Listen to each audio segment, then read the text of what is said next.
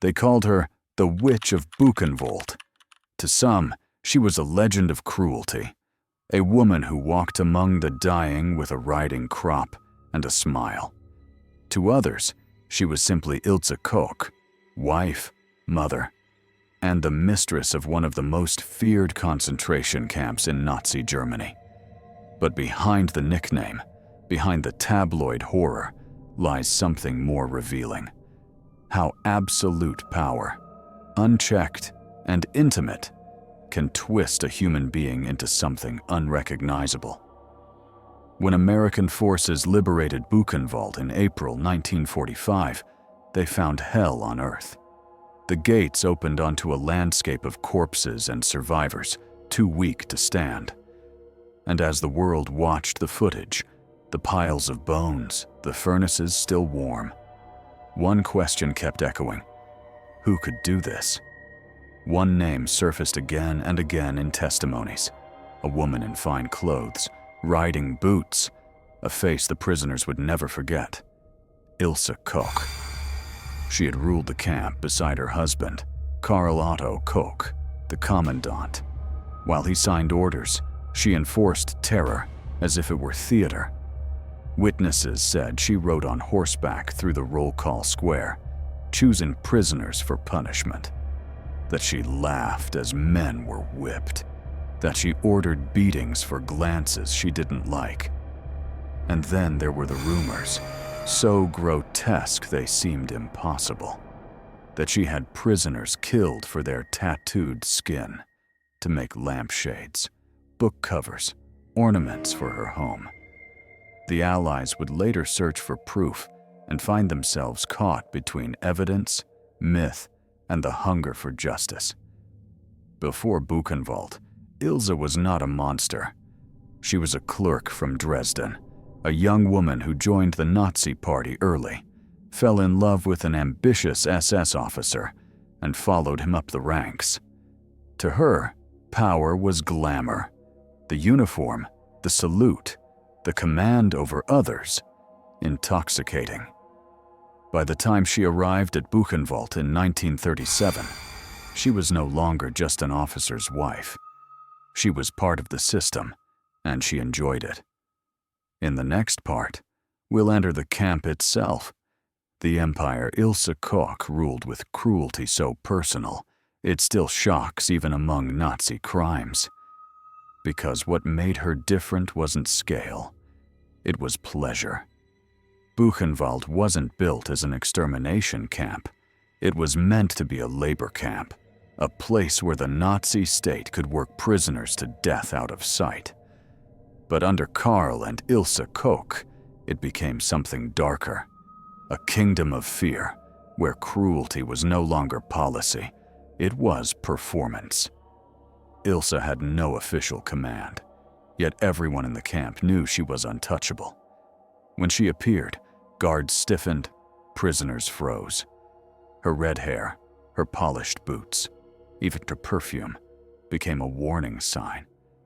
Witnesses said she rode through the compound on horseback, scanning the rows of prisoners. If she saw someone she didn't like, maybe a tattoo, a scar, or even a look she found insolent, she'd stop. Her whip would lift, and the man would be dragged away. Some never came back. Others remembered her taking walks past the workshops and the medical barracks, inspecting the tattooed skin of inmates as if she were shopping. Several survivors testified later that she ordered the camp doctor to preserve pieces of human skin with unusual designs. One said she boasted about lampshades made from it. Another, that she displayed them in her home. The Allies would never find definitive proof. No lampshades, no finished artifacts. But the testimonies were too consistent, too specific to ignore. Whether or not she physically owned them, her reputation was already written in fear. The cruelty wasn't random, it was intimate, domestic.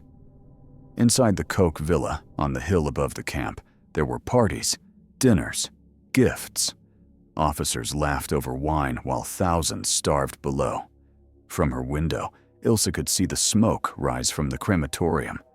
To her, it was scenery. One former prisoner recalled her standing at that window as the bodies were burned. Calm, distant, almost elegant. Another said she collected whips and knives the way other women collected jewelry. By 1943, even the SS began to turn on the Kochs. Rumors of corruption spread. Theft, fraud, embezzlement, and personal excesses. Ilse's appetite for power had outgrown even the regime that created her. Her husband was arrested by the SS for murder and corruption, and later executed by them. Ilse, however, escaped with only a warning. She was too well connected, too useful as a symbol of loyalty to the cause. Until 1945, when the war and her immunity finally collapsed. When the Allies reached Buchenwald, Ilse Koch didn't run. She stayed, still claiming she was a victim of propaganda. But the survivors knew exactly who she was, and they made sure the soldiers did too. When the gates of Buchenwald fell in April 1945, Ilse Koch was no longer the first lady of the camp. She was a prisoner, surrounded by the ghosts she helped create.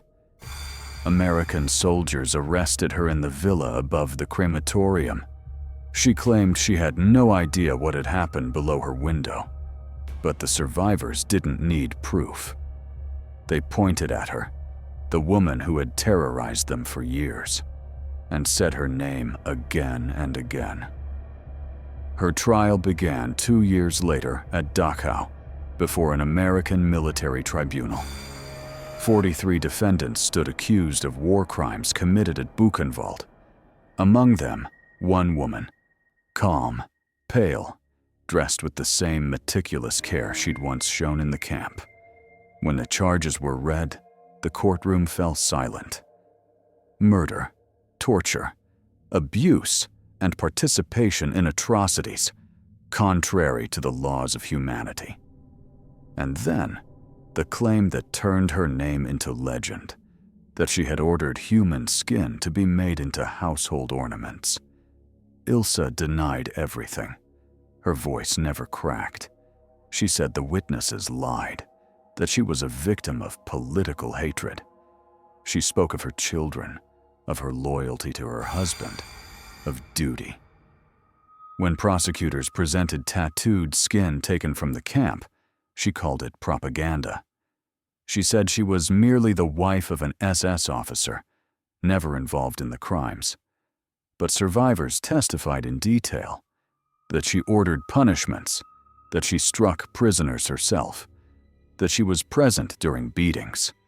One witness said, "You could see it in her eyes. She enjoyed it." Another pointed at her and whispered, "She is death in human form." In August 1947, the verdict came. Ilse Koch was sentenced to life imprisonment. The headlines called her the bitch of Buchenwald. To the public, she was proof that evil could wear lipstick, that cruelty was not only male. But the story didn't end there. 2 years later, an American general reduced her sentence to 20 years, citing lack of evidence for the skin lamp accusations. The world erupted in outrage. Survivors protested in the streets. Newspapers called it a second injustice. The pressure forced West Germany to reopen the case, and in 1950, Ilse Koch stood before another court, this time her own people's, in Augsburg. There would be no mercy this time. But behind the spectacle, behind the legal arguments, something deeper was unfolding. A portrait of denial so complete, it bordered on madness. Because even after everything, Ilse Koch still believed she was innocent. In 1950, Ilse Koch stood before a German court, no longer the elegant wife of an SS commander, but a worn, hollow woman. The charges were almost identical. murder, abuse, and participation in crimes against humanity. This time, the judges listened not to propaganda, but to survivors who had lived the terror. Their words were quiet, detailed, impossible to forget. She stared at them with the same cold composure. When asked if she regretted anything, she said only, "I am innocent. I did nothing wrong." The court didn't believe her. In 1951, Ilse Koch was sentenced again. Life imprisonment. She returned to prison as one of the most hated women in post-war Germany. Years passed. The world moved on. New wars, new headlines. But Ilse remained behind concrete walls, fading into obscurity. By the 1960s, she was reportedly withdrawn, paranoid, convinced the world had conspired against her. In 1967, guards found her hanging from a bedsheet in her cell. She had taken her own life. Ilse Koch's story is not just about one woman's cruelty. It's about how ideology and privilege can make evil seem ordinary, about a system that rewarded obedience more than conscience, and about the danger of forgetting that monsters are not born, they're made.